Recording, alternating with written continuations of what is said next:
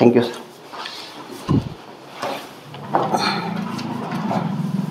मयूर, तुमचं नाव न सांगता परिचय करून द्या. Sir, me Shri Samarth public school and junior कॉलेजमध्ये क्रीडा शिक्षक म्हणून कार्यरत आहे 2019 पासून तर सध्यापर्यंत. आणि 2017 17मध्ये मी स्कूल ऑफ कलर्स इथून क्रीडा शिक्षक म्हणून ही नोकरी सुरू केली होती. मी संत गाडगेबाबा अमरावती विद्यापीठामध्ये 3 वर्ष हॉकी या खेळामध्ये प्रतिनिधित्व केलेलं आहे. मी BPEdची डिग्री माझी विद्यापीठाचं प्रतिनिधित्व केलं की कॉलेजचं? विद्यापीठाचं प्रतिनिधित्व केलं हॉकी या खेळामध्ये. अच्छा. मी माझी बॅचलर ऑफ फिजिकल एज्युकेशनची डिग्री जय बजरंग विद्यालय कुंभारी येथून घेतलेली आहे. आणि मास्टर ऑफ फिजिकल एज्युकेशनची डिग्री हनुमान व्यायामशाळा क्रीडा मंडळ यवतमाळ येथून घेतलेली आहे. यवतमाळ. तुमचा हॉकी आहे खेळ आहे? हॉकी खेळ. हॉकी कसं काय निवडलं? मी सर पोलीस मुख्यालयामध्ये राहायचो. माझे वडील पोलीस होते. तर तिथं जे ग्राउंड होतं, मैदान होतं पोलिसांचं, तर तिथं हॉकी आणि फुटबॉल हे दोन्ही खेळ चालायचे.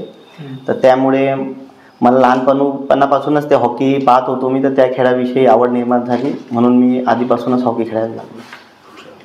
आपण जनरली जिथं कुठं जातो कोणत्याही ठिकाणी तर तिथचं काही ऑब्झर्वेशन करत असतो.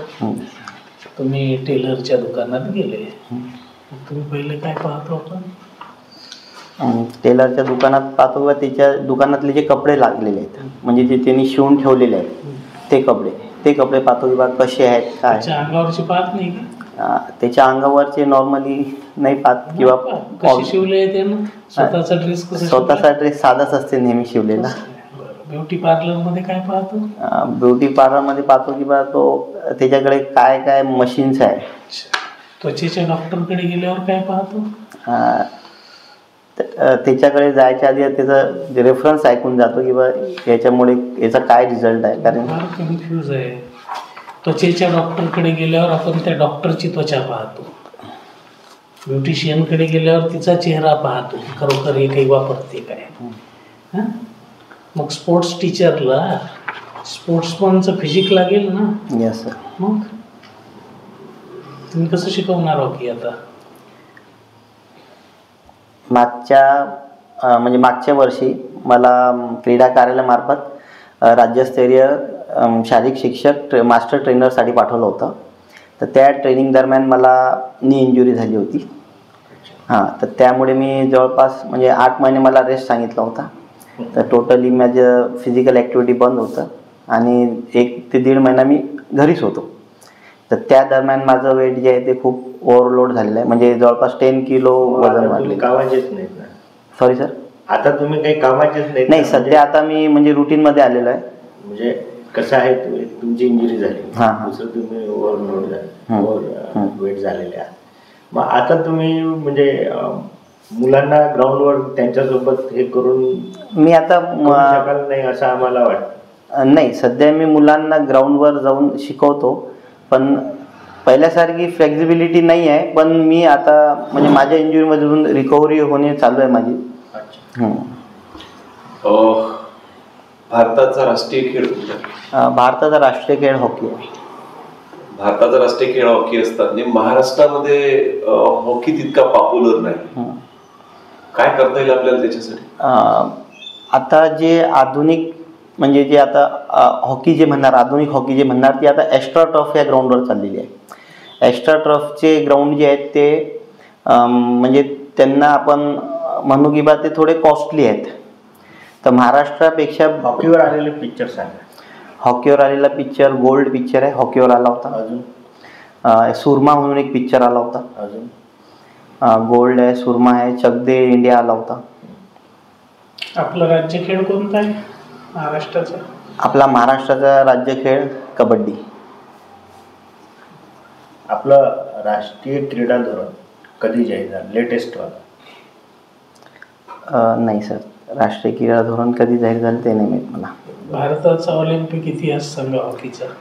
भारताचा ऑलिम्पिक इतिहास असा आहे की 1928मध्ये भारताने पहिलं ऑलिम्पिकमध्ये सुवर्णपदक जिंकलं होतं.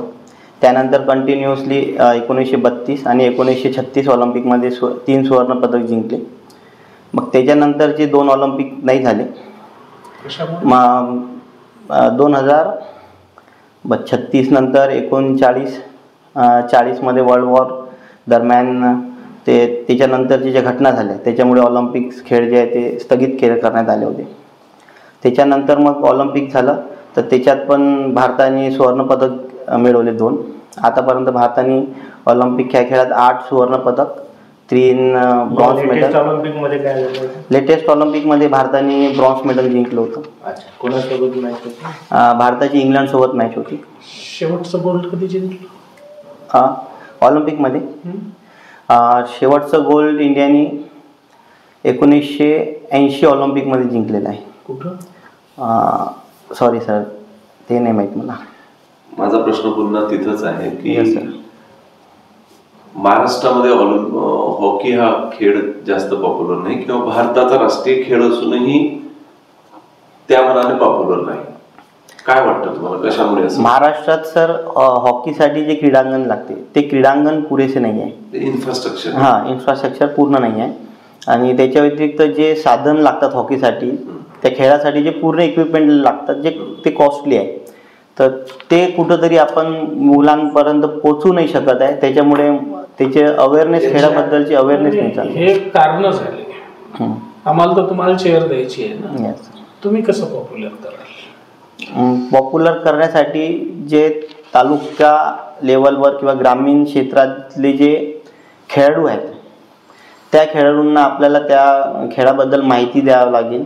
तिथं जाऊन ती खेळाबद्दलची जनजागृती करावी लागेल. स्तरावर कुठल्या कुठल्या क्रीडा स्पर्धा आयोजित केल्या जातात? तालुका स्तरावर फुटबॉल, ॲथलेटिक्स, खो खो, कबड्डी. क्रीडा स्पर्धा म्हणतोय तुम्ही, क्रीडाचे हे सांगतायत मला प्रकार. जसे एक शालेय क्रीडा स्पर्धा ही एक स्पर्धा झाली, तशा अजून कुठल्या कुठल्या असतात? तालुका लेवलवर जे क्रीडा स्पर्धा राहतात कुठल्या कुठल्या असतात? म्हणजे तालुका स्पर्धा कोणकोणत्या असतात? जे तालुका क्रीडा अधिकारीला कुठल्या कुठल्या स्पर्धांचं आयोजन करावं लागतं, असा माझा प्रश्न आहे. तालुका क्रीडा अधिकाऱ्यांना म्हणजे एक शाळेच्या मुलांसाठी करतात, अजून कुठल्या असतात? तालुका क्रीडा अधिकारी जे आहेत ते सध्या तरी शाळेतले जे क्रीडा स्पर्धा आहे त्या स्पर्धा ऑर्गनाईज करतात. त्याच्या व्यतिरिक्त जे क्रीडा प्रबोधनीसाठी जे मुलांची निवड चाचणी होते त्या निवड चाचणीसाठी ते तालुका स्तरावर त्या चाचण्या ऑर्गनाईज करतात. अच्छा. आणि त्याची ज्युरी कुठून असतात? तालुका क्रीडा अधिकारी स्वतः तालुका क्रीडा प्रबोधनीच्या चाचण्यासाठी का? नाही, तालुका क्रीडा मार्गदर्शक म्हणून एक पद असते. ते तालुका क्रीडा मार्गदर्शकाच्या देखरेखीमध्ये तालुका लेवलचे जे खेळाडू राहतात त्यांची निवड होते. आणि महाराष्ट्रात किती क्रीडा प्रबोधनी? महाराष्ट्रात 11 क्रीडा प्रबोधनी आहे. आणि यांचं सर्वांचं मुख्यालय जे आहे ते शिवछत्रपती क्रीडा बालेवाडी माळुंगे पुणे येथे आहेत. अच्छा. तिथं पर्टिक्युलरली आपण कोणकोणत्या स्पोर्ट्सला फोकस केले महाराष्ट्राने बालेवाडीला शूटिंग, सर्वात महत्त्वाचं शूटिंग आहे, जिम्नॅस्टिक आहे, फुटबॉल आहे, हॉकी आहे, जलतरण आहे, सायकलिंग आहे, जुडो आहे, ॲथलेटिक्स आहे. जाताना कुठल्या वर्गातला मुलगा जाऊ शकतो? क्रीडा प्रबोधिनी जाण्यासाठी 2 क्रायटेरिया आहे. एक चौथी नंतरचा विद्यार्थी जे आहे त्याच्यासाठी एक बॅटरी टेस्ट राहते क्रीडा प्रबोधिनीची. त्या बॅटरी टेस्टद्वारे त्याची निवड त्या प्रबोधिनीसाठी होऊ शकते. आणि मग प्रबोधिनीमध्ये गेल्यानंतर तिथचे जे प्रशिक्षक आहेत ते त्यांना आधी 2-3 वर्ष त्यांची फिजिकली ट्रेनिंग घेऊन मग त्यांना नंतर तालुक्यातून सगळे जिल्हे यालाच जातात. तालुक्यातून निवड होऊन जिल्ह्याला येतात. आता म्हणजे सडनली 2 वर्षापासून गव्हर्नमेंटनी काय केलं, आधी पुण्याला बोलवायचे. त्याचा क्रायटेरिया वेगळा होता की बा जर राज्यस्तरावर त्यांनी प्रतिनिधित्व केलेलं आहे तरच येणार. पण आता सध्या ज्या प्रबोधनी आहे किंवा प्रत्येक जिल्ह्याला सांगितलेलं आहे की बा तुम्ही बॅटरी टेस्ट घ्या. ते बॅटरी टेस्ट घेतल्यानंतर जिल्ह्याहून तो विभागाला जाईल आणि विभागाहून तो पुण्याला राज्यस्तरावर जाणार बॅटरी टेस्टसाठी. महाराष्ट्रातले खेळाडू सगळ्या हॉकीचे महाराष्ट्राचे खेळ देवेंद्र वाल्मिकी, युवराज वाल्मिकी, धनराज पिल्ले. किती ऑलिम्पिकमध्ये धनराज पिल्ले भारताकडून खेळले? धनराज पिल्लेनी भारतासाठी 4 ऑलिम्पिकमध्ये प्रतिनिधित्व केलेलं आहे. धनराज पिल्लेचं अकोल्याशी काही नातं आहे का? तुम्ही अकोल्याचे आहात.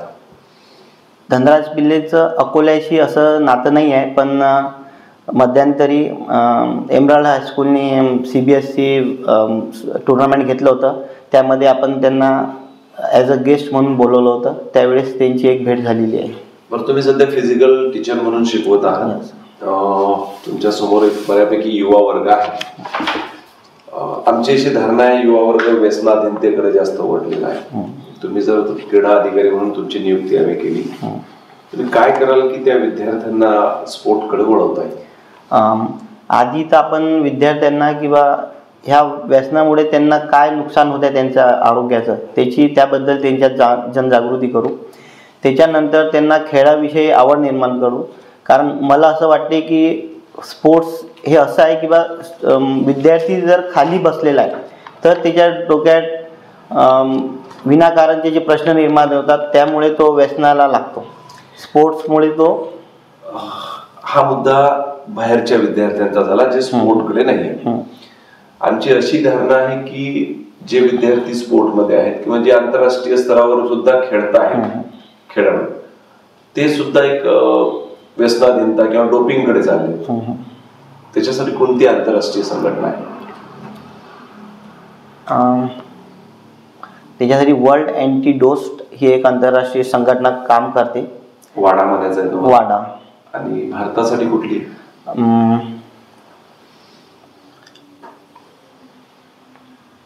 भारतासाठीची जी संस्था आहे तिचं मला नाव नाही माहीत. शेवटचा प्रश्न तुम्हाला, हॉकीचा खेळ हा याच्यातून काय काय संदेश मिळतात? हॉकीच्या खेळामधून तुम्हाला टीम स्पिरिट म्हणजे एक टीम म्हणून तुम्हाला कसं कार्य करता येईल हा संदेश आपण देऊ शकतो. डाव्या बाजूने हॉकी मारता येते का? म्हणजे एखादा व्यक्ती लेफ्ट हँड आहे, त्याला मारता येते का डाव्या बाजूने? हॉकीची एक फ्रंट साईड आहे, एक बॅक साईड आहे. फ्रंट साईडच्या हॉकीने आपल्याला खेळायला लागते. जर बॅक साईडच्या हॉकीला जर बॉल लागला तर फॉल होते. तुम्ही जर उजव्या साईडने मारा म्हणजे राईट साईडने हॉकी घेऊन मारा किंवा लेफ्ट साईडला तुम्ही जर हॉकी घेतली तुम्हाला तो हॉकी टर्न करावं लागेल तुमच्या हातामध्ये आणि मग ते मारावं लागेल. 180 डिग्री असं म्हणायचं. म्हणजे लेफ्ट साईडची हॉकी बनवतात की नाही बनत? लेफ्ट साईडची हॉकी नाही बनत. म्हणजे आता तरी इंटरनॅशनल लेवलवर अशा कोणत्याही प्रकारची हॉकी अजून तरी त्यांनी दिलेली नाही आहे. भारताचं आंतरराष्ट्रीय स्तरावर स्पोर्टमध्ये फारसं स्थान नाही. भारत सरकार किंवा राज्य सरकार, महाराष्ट्र सरकार याच्यासाठी काही स्कीम राबवत आहे.